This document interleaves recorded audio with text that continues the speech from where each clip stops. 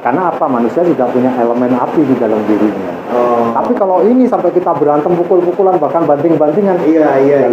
Itu saya pernah lihat di beberapa stasiun TV itu ada yang ya begitulah ya.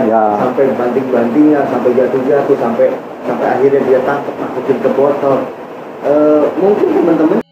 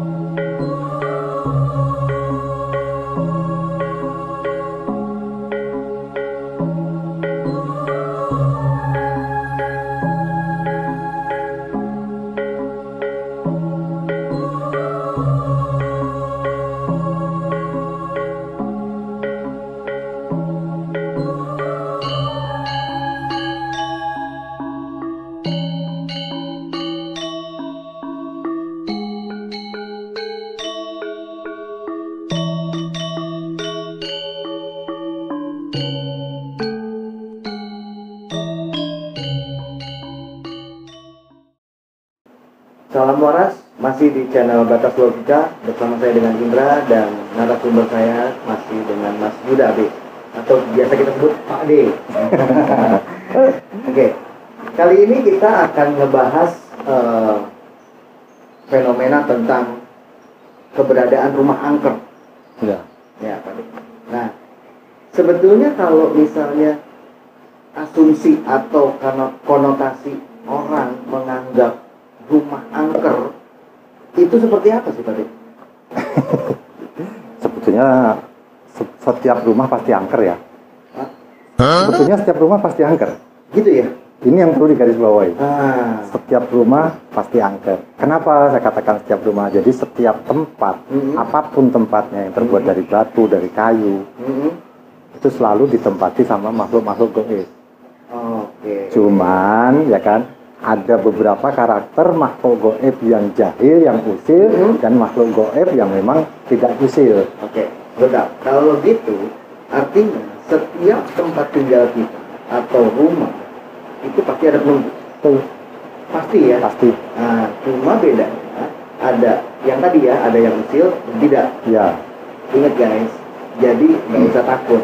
Artinya di rumah kalian pun belum tentu kalau itu tidak angker. Ya. Terus. Jadi yang membuat angker itu karena kejahilan daripada makhluk-makhluk tadi. Nah, kejahilan itu muncul karena apa kan begitu? Muncul karena apa? Jadi ini situasional sebetulnya. Situasional daripada penghuninya. Kalau penghuninya dia punya mental yang sudah penakut dulu, ya semakin beranilah mereka. Jadi intinya bahwa makhluk goib, jin, setan, iblis, hantu dan lain sebagainya itu diciptakan ada di bumi ini memang untuk mengganggu manusia. Mengganggu manusia. Ini udah kata kunci. Kan gitu loh. Nah, situasionalnya ketika rumah itu angker, ya berarti yang di dalam rumah itu penakut, atau yang di dalam rumah itu elemen apinya yang lebih tinggi, ya kan, saling emosi atau ini yang dia tidak bisa mengekang emosi dan lain sebagainya kan gitu. Sekarang untuk misalnya ada satu rumah, penghuninya seperti yang tadi Pak Dik ceritain, dia penakut dan lain-lain. Terus dia merasa atau mengklaim bahwa rumahnya itu angker banget, karena padahal ketakutan dirinya sendiri, subjektif diri sendiri. Nah, kemudian dia bilang sama salah satu paranormal atau curhat atau apalah, minta dibersihkan rumahnya. Itu bisa nggak? Ya bisa saja. Tapi dalam konotasi bersihnya benar-benar hilang atau cuma gimana Pak? Jadi begini, yang namanya makhluk goib itu kan dia terbuat dari api dan dia bukan benda padat. Dia bukan benda padat. Jadi ada satu metode ketika oknum yang mengaku dirinya bisa tadi, dengan atraksi, dengan dramanya, dia bisa bertarung dan lain sebagainya, ya lucu aja. Menurut saya lucu aja. Nah, satu lagi, masukin botol. Lucu aja. Karena begini, itu bisa dibersihkan. Kenapa manusia bisa berinteraksi dengan mereka? Karena dimensi kita memang dekat. Memang dekat sekali dimensi kita. Kita sudah diciptakan dengan segala indranya, ya kan? Indranya dimensi kita berdampingan sama mereka. Terus kalau rumah itu angker dan itu mengganggu manusia, ya itu selalu sebetulnya. Jadi gini, kita harus tahu karakter mereka.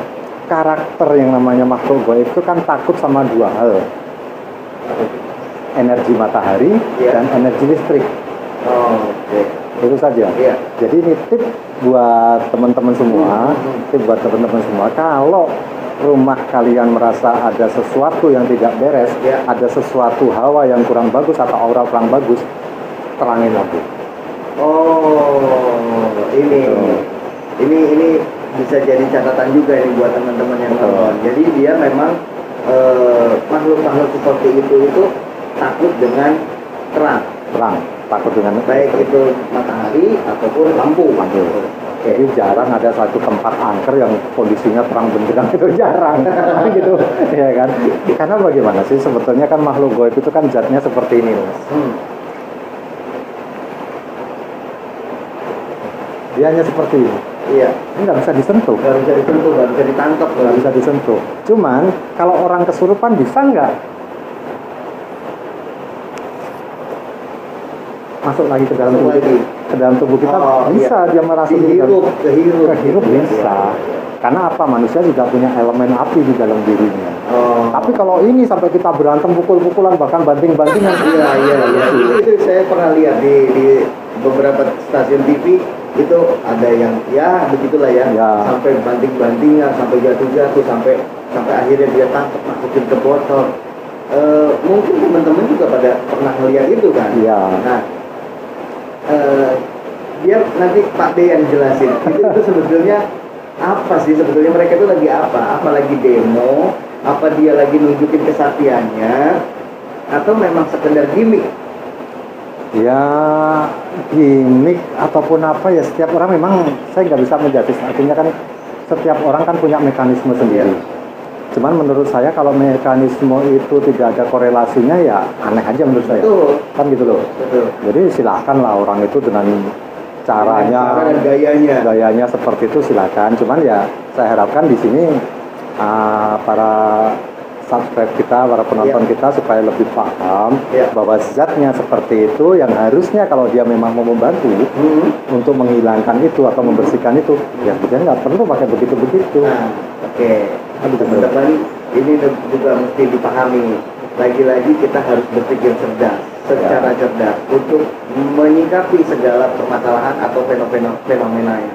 Nah, balik lagi ke masalah rumah angker. Nah, kalau menurut Pak D sendiri, kalau yang bisa dimasukkan ke dalam konotasi benar-benar rumah angker itu seperti apa? Yang tipikal atau karakternya mereka jahil. Sampai berapa jahil? Jadi jahil sampai poltergeist ya? Sampai yang bisa menggerakkan benda. Itu ada ya yang gitu? Ada, sampai ada yang membuat bunyi-bunyian suara, ya kan? Sampai ada yang menampakkan dirinya. Itu bisa angker. Cuma sebetulnya setiap rumah itu sudah angker dulu. Nah, untuk menyikapi dari rumah-rumah yang benar-benar angker, dalam tanda kutip angker yang seperti tadi Pak D sampaikan, itu tindakannya apa Pak D? Cuman dua, berani, terang. Berani dan terang. Ketika kita berani, mereka takut. Jadi nggak ada istilah itu diusir. Nggak usah. Ya cuman karena ketidakpahaman daripada masyarakat sebetulnya. Ketidakpahaman masyarakat, bagaimana mengatasi yang seperti itu, terus akhirnya memanggillah oknum-oknum. Kalau yang benar sih nggak masalah. Memanggillah orang-orang itu untuk memindahkan atau membinasakan tinggal di situ. Jadi memang hanya dua yang harus kita butuhkan ketika kita menghadapi rumah angker. Buat rumah itu seterang mungkin. Kedua, mental kita. Jadi situasional yang ada di dalam atau penghuninya itu memang betul-betul memang kuat. Itu saja. Teman-teman, kalau misalnya memang ada yang mau ditanyain lagi, masih belum detail atau masih mau penasaran, di komen aja di komen kita, di konten kita ini, nanti akan ditanggapi langsung sama Mas Yuda B, baik secara online juga bisa ya, ada WhatsApp-nya, nanti bisa di. Oke, lagi-lagi pesan saya dan Pak Ade di sini adalah berpikir secara logis, berpikir secara cerdas untuk menyikapi segala fenomena yang ada di sekitar kita. Oke, tetap semangat dan salam.